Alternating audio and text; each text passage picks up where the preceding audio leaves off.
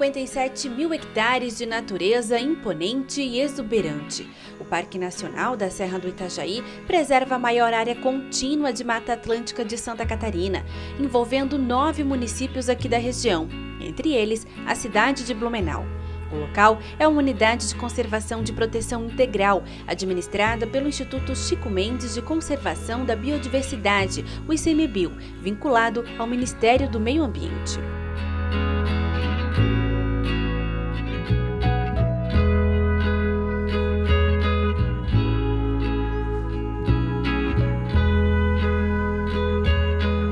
Com a criação do Parque Nacional em 2004, algumas famílias que residiam no interior do parque foram indenizadas e deixaram o local. E ficou então a cargo da própria natureza a regeneração das áreas que foram degradadas, um processo que levará anos para acontecer. Por isso, pesquisadores aqui da FURB decidiram ajudar nessa tarefa. Por meio do Programa de Pós-Graduação em Engenharia Florestal e do Departamento de Engenharia Florestal da Universidade, desde 2012, é realizado no parque o projeto Restaurar. O BNDES lançou um edital, que é o edital, na época foi o edital Iniciativa Mata Atlântica, que era para recuperar áreas e também para restauração. A gente já tinha uma ideia de trabalhar com restauração há muito tempo, né? A gente trabalha com espécie invasora, e aí a gente concorreu ao edital, fomos selecionados e desde então iniciamos esse projeto. Além de restaurar a área, né, de transformar iniciar processos de transformação daquele pasto numa futura floresta, o interesse também é entender esse processo de restauração. Então a gente tem uma componente de pesquisa dentro desse projeto importante, que é entender como é que os insetos auxiliam na restauração, como é que a fauna em geral auxilia, se aquelas técnicas de nucleação que a gente está aplicando vão ser efetivas ou não. A área do parque escolhida para receber o projeto foi a região conhecida como Faxinal do Bepe. Serão restaurados 500 hectares dos cerca de 1.400 antropizados, ou seja, que foram utilizados pelas famílias para a agropecuária. Para se chegar a esse resultado, 6 diferentes técnicas de restauração estão sendo utilizadas. Nós embarcamos rumo ao Parque Nacional da Serra do Itajaí para conferir de perto este trabalho. A primeira técnica que vamos conhecer é o poleiro artificial. A instalação de uma haste de madeira, né? E aí em cima desta haste a gente coloca taquaras, né, bambus em cima, para que a gente possa ter a atração de fauna ali, dos pássaros, né, e acaba disseminando sementes, né, aumentando a riqueza do ambiente. Além das espécies dos vassourões, a gente está trazendo espécies comestíveis, digamos assim, pela fauna, que são trazidas pela fauna. Outra técnica utilizada no processo de restauração é a rugosidade, uma espécie de buraco aberto no solo com o objetivo de concentrar condições de restauração. Nessa técnica, a gente tenta que o ambiente seja um ambiente que concentre condições, né? Então, tem um local que vai concentrar água, que vai descer dessa encosta, vai concentrar nutrientes, vai concentrar sementes nesse local, propiciando uma condição, né, diferenciada do ambiente contínuo que está aqui, permitindo aí a regeneração de algumas espécies herbáceas, algumas espécies arbóreas nesse local, facilitando o processo de restauração do ambiente também. Esse local onde nós estamos é considerado uma área degradada aqui do Parque Nacional Serra do Itajaí. Era um espaço utilizado para pastagem e também para plantio. E é justamente aqui, em toda esta área, que é aplicada outra técnica de restauração do projeto. É a serrapilheira. A técnica consiste na retirada do material que está no solo no interior da floresta. Esse material, composto por galhos, folhas em decomposição, nutrientes e um banco de sementes, é levado para uma área degradada do parque. No local escolhido, um módulo é aberto para colocar a serrapilheira. Já são mais de 600 espalhadas pelo parque. Aqui onde nós estamos agora foi implantado um módulo de serrapilheira há cerca de 6 meses. E a gente pode perceber então que esse local aqui já está se regenerando, né, Eduardo? Aqui então a gente tem uma técnica já de um módulo, né, de serrapilheira que já foi instalado aqui já há um certo tempo, né? Então a gente percebe uma riqueza de espécies diferenciada. A gente tem espécies aqui de agefila, que a gente chama de pau de gaiola, né? A gente tem vassourões, a gente tem solanáceas, a gente tem uma fitolaca. Então a gente tem uma riqueza de espécies maiores do que o ambiente normal, né? O que a gente espera que esses indivíduos aqui se desenvolvam, né, e acabam auxiliando nesse processo de restauração nesse ambiente. Então essa é a intenção nossa aqui. O corte de árvores exóticas e a galharia são outras 2 etapas do projeto. Este trabalho consiste na remoção de espécies invasoras, neste caso o pinus, para que a flora nativa possa se desenvolver.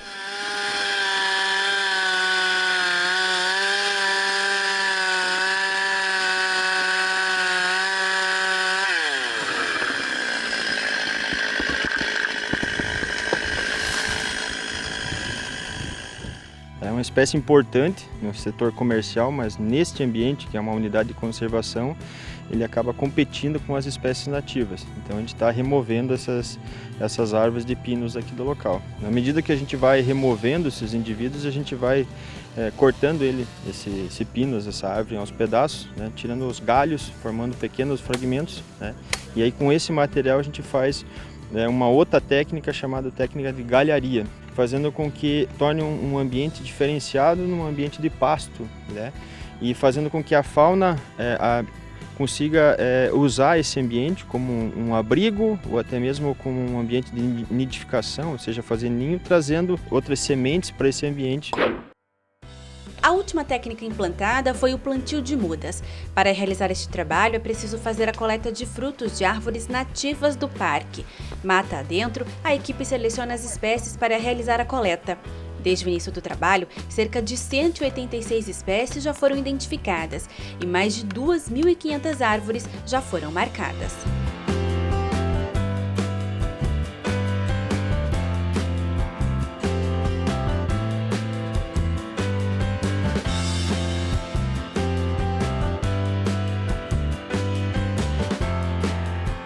A nossa intenção é a restauração. O que viria a ser a restauração? É a gente dar condições para que a floresta e essas áreas que foram antropizadas, degradadas, se recuperem, mas que não seja apenas um plantio de espécies vegetais, mas sim a volta de processos ecológicos para que a floresta tenha realmente vida. A gente faz a seleção das matrizes aqui no entorno, para que o material genético que vai ser introduzido aqui na restauração seja da própria região.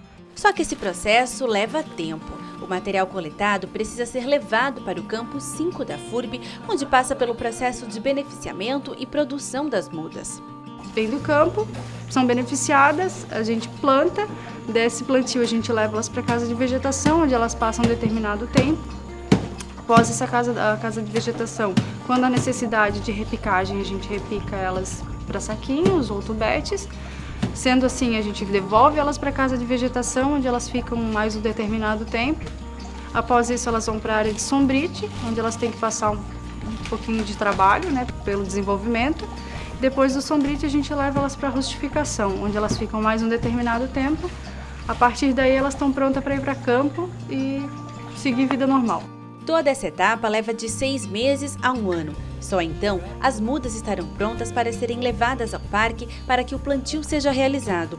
Até agora, mais de 12.000 mudas já foram plantadas. A meta é plantar 280.000. A gente faz isso no módulo, o núcleo de Anderson, o nome da técnica.